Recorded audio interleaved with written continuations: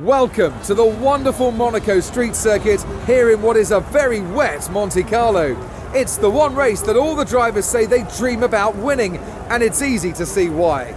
We may not have the weather, but we definitely have the spectacle. Monaco provides a close quarters wheel-to-wheel challenge for the drivers, and even though it lacks overtaking opportunities, it does give us the glitz and the glamour that can only be provided by a location like Monte Carlo.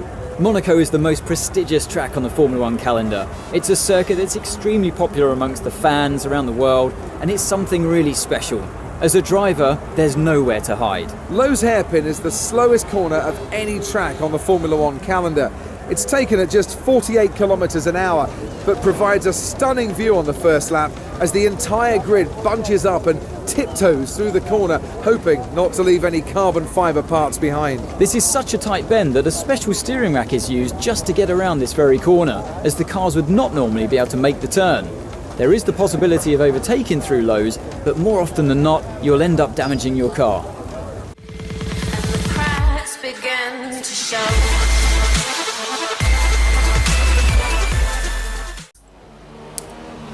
Hello everyone, and welcome to this, I think it is the 6th episode of this career mode. We are here at Monaco. It is raining, and well, if you haven't heard it yet, Jules died yesterday. Well, some might have seen it coming, but everyone is still in shock in the F1 world, of course. It's, well, always sad when someone dies, but he was only like 25, I think, if I remember well, and dying so young is just, well, incredible. And certainly in a sport like Formula 1 that some people think is like really safe, but yeah, accidents can always happen. And yeah, it's so sad. I've been like looking at tweets from him that he made before the well, his tragic accident, and like pictures of him with his girlfriend or with his family, and when he was happy, and it just, oh man, I don't even know him, and it already touched me so hard, so I can't even begin to comprehend what he must feel like for his family and his friends and such. So yeah, I dedicate this episode around Monaco, probably one of his greatest successes in Formula 1. Even though he had a lot of talent, it's really this one that will be remembered by a lot. Of course, he didn't have a lot of chance to show us what he was worth, but yeah, I hope, well, yeah, I don't know. I know what I hope, but yeah, let's go and let's race for Jules. Here we are at one of the most difficult circuits on the racing calendar. Welcome to Monaco for today's Formula One qualifying. Qualifying will determine who'll sit on pole at this iconic track.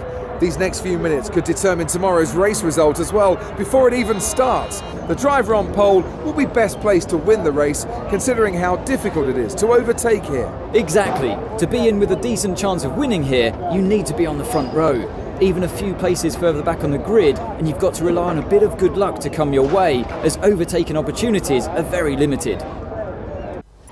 So yeah, we're here on in the qualifying session. So yeah, we go down the straight to Saint-Devos, up the straight, Beau Rivage here. We touch a bit of the barrier there. We're behind Hamilton P13. As you can see, it's really difficult around here to not touch any barriers. I tried not to. Someone who was really good at it was Jules, but yeah. Let's go on to the race. I don't want to talk about it too much, but yeah, we come on to the Grand Hotel hairpin. We are P6, P8. I don't know, the position switched so much, it's impossible to know.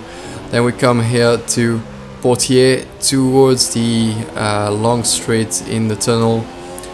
Yeah, P9. I can tell you that we did have a lot of pace. I practiced a lot. We come here to the Nouvelle chicane, braking quite well, and then getting a really good exit really near the corner, well, the barrier here. And then here we go through the Tabac in 4th gear. I mostly go to the 3rd gear because I feel it's a lot easier to go with. And now we come towards Rascasse from 5th gear somehow to the 1st gear. Finally going through Anthony Noguez, this really awkward right-hander. We open the DRS and what will it be? P6 apparently really good lap time from us here. Let's see what we will do in the race.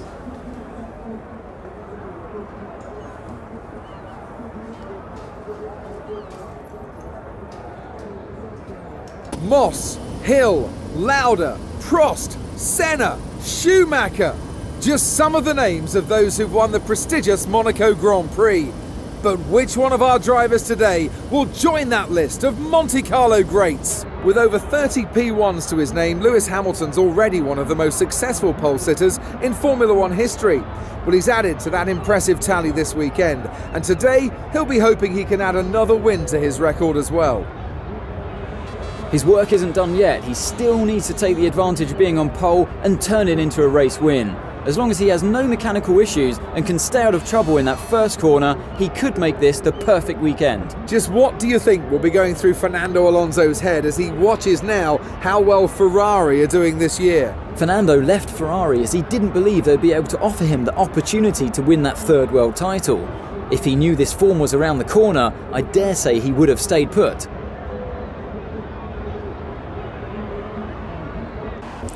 But yeah, there we go, we are on the grid.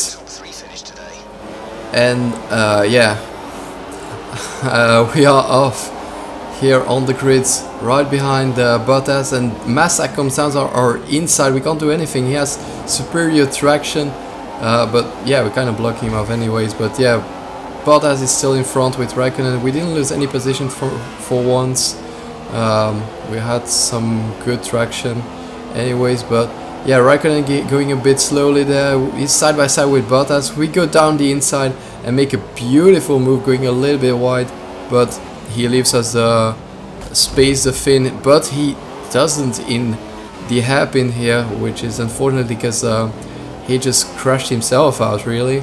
So yeah, now we're through, and we're getting away from everyone with the Williams, well, one behind us, but we are back on the grid now to see the replay of the start. As you can see, Massa getting alongside us side by side, but he leaves us the room and we go through in front of him.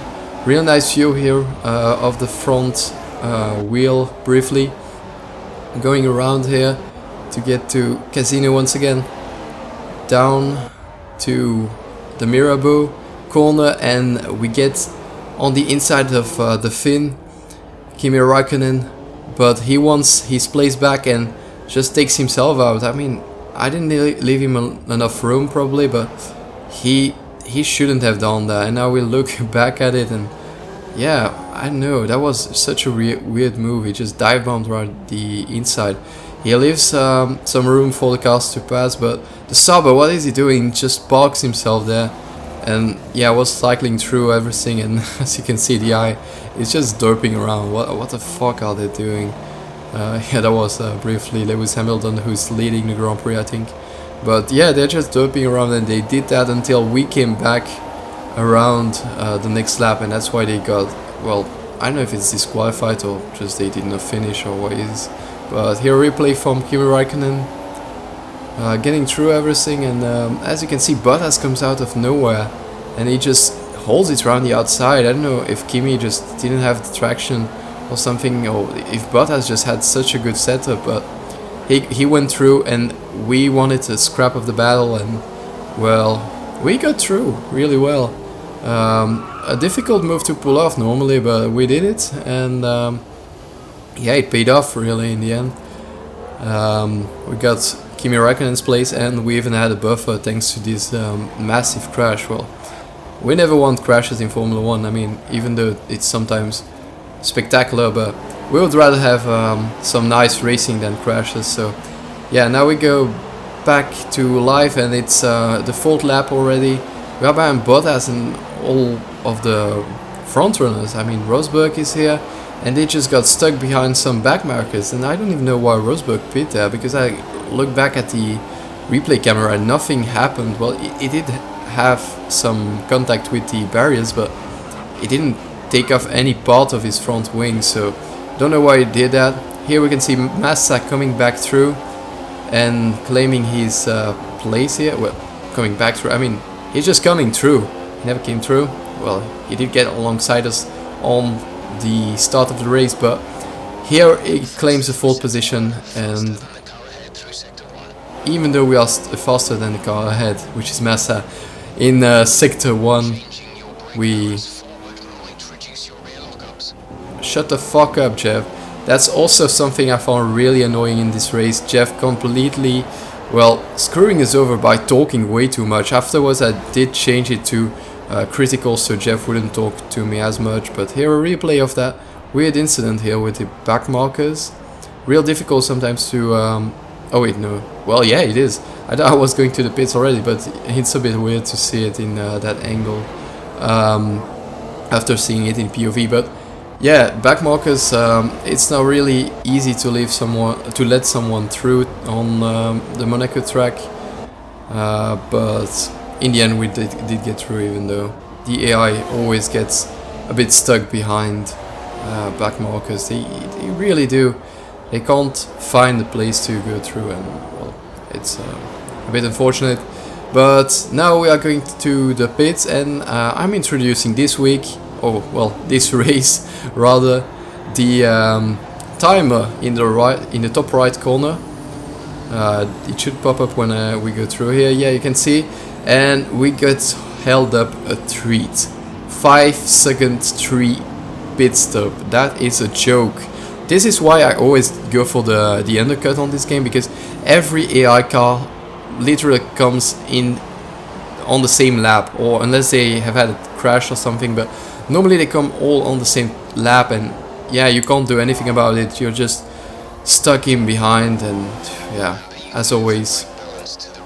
Yeah, see, now he's talking again. What the fuck is this? Shut the fuck up, Jeff. We are behind Ricciardo and looking for a move. We are really close, as you can see, going through Casino, and then Mirabeau. Are we gonna go for a move? We do go for a move. Beautiful move, locking up the inside a little bit, going wide, but fortunately Ricciardo gives us the respect here and lets us through. I'm always quite slow through the Grand Hotel chicane. I think that's the place where the AI gets all the speed from me, but the rest of the track I was really competitive, I can tell you that.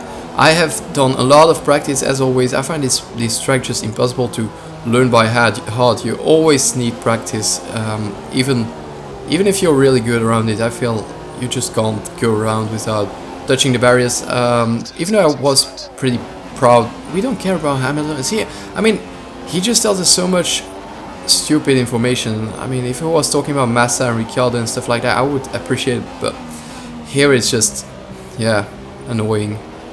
And certainly on a track like Monaco, but yeah, here we go. And what is Ricciardo doing there? He goes round our inside, and there was clearly no room here. I think, is it David Croft? I don't know. One of the commentators, at least, they... God damn it, Jeff, we didn't even do anything. But yeah, one of the commentators, they commented about this at the start of the practice session, I think, that it is impossible to go around the inside on the hotel hairpin, Grand Hotel hairpin, I think it is.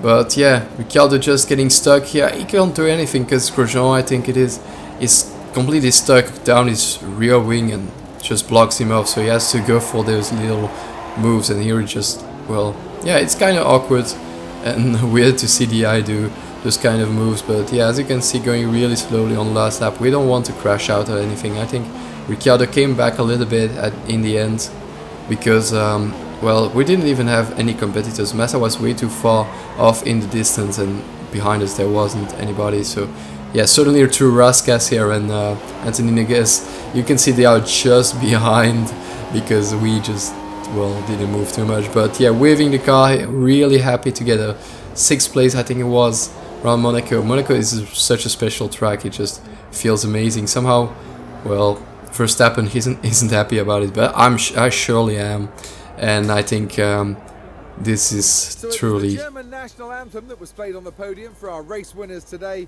Mercedes. They have been working really hard, and today they got their reward. Superb work from both the team and its driver. It was great having you with us for this weekend. I hope you enjoyed it as much as we did. Until next time though, goodbye.